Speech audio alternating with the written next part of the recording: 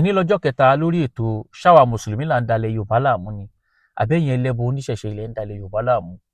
Bàbá wa Sheikh Mustapha Zughlulu Suni tí wọ́n máa lọ ìlú Ọ̀yọ́ o, wọ́n ṣàlàyé eégún kan fún wa bẹ́ẹ̀. Wọ́n léégún yìí aláàfin mẹ́ta ọ̀tọ̀ọ̀tọ̀ ló pa. Ó pa aláàfin àwọn bí ojú, ó pa aláàfin agbólú ajé àti aláàfin ọlábísí. Aláàfin kẹrin tó fẹ́ pa òun náà láláàfin Abíọ́dún Adégolú tí yẹn lágbára tọ́lọ́run fún yẹn lágbára lórí ẹ̀ tí ò rí pa. Eégún yìí eégún Gáà ni. Wọ́n léégún yìí jáde àfi tó bá fẹ́ lọ ba nǹkan jẹ́, tó bá fẹ́ lọ da nǹkan rú. Ó máa ń jáde pẹ̀lú èròǹgbà láti lọ ba nǹkan jẹ́, láti lọ pààyàn, láti lọ sọ ọmọdé láì ní baba, kó sọ ọmọdé láì lọ́mọ, kó sọkọ dopó ọ̀sán gan, kó sọ ìyàwó dopó ọ̀sán gan, kó bàlújẹ́, kó dàlúrú. Eégún tó láyàláyà tó pa láàfin mẹ́ta ọ̀tọ̀ọ̀tọ̀.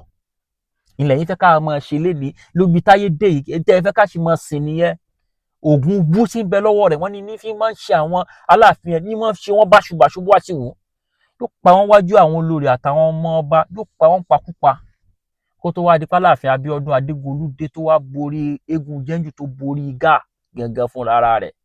Ìsìláàmù jọ́ táwa bá ń jáde, orin táwa máa ń kọ ni pé òní ni wáàsí ọmọ àlùjànnà ẹ̀ jáde wá. Àwọn máa ń pè yẹn ni pé wá gbọ́ wáàsí, wá gbọ́rọ̀ Ọlọ́run ọba. Táwa máa ń pè orin ìdùnnú, orin ayọ̀ làwa máa ń kọ fún yàn. Orin kó lè bàjẹ́ kó bàjẹ́ ni. Ẹgbẹ́ ìta sọ lánàá, orin kó lè bàjẹ́ kí ìlú dàrú, kí nǹkan ó dàrú, kí nǹkan ó bàjẹ́ náà lẹ́yìn máa ń ṣe. Ṣé n tẹ́ fẹ́ káwa máa sìn nìyẹn? Ẹ wá ń gbógun ti Islam. Islam ẹ̀sìn òtítọ́, ẹ̀sìn òdodo, ẹ̀sìn àlàáfíà, ẹ̀sìn ayọ̀, ẹ̀sìn ìdùnnú tó jẹ́ pé àlàáfíà ló wá fọ́nká lẹ fẹ́ máa bà lórúkọ jẹ́. Ìtàn yín náà la máa pa fún yín o. Èmi ò ní ka Al-Qur'ani fún yín àbí hadisi oṣù Ọlọ́run ọba kí n máa wá fi ṣòfò lórí ẹ̀yin tẹ́ ẹ̀ ní gbọ́yé. Ẹ̀yin oníṣẹ̀ṣe ẹlẹ́bọ tó jẹ́ pé làákàyè yín kò lè gbá Al-Qur'ani yé, ọpọlọ yín ò lè gbá hadisi oṣù Ọlọ́run ọba kó gbé yé. Bàbá ń sọrú ẹ̀ mọ wíru ni. Islam ni ó borí o.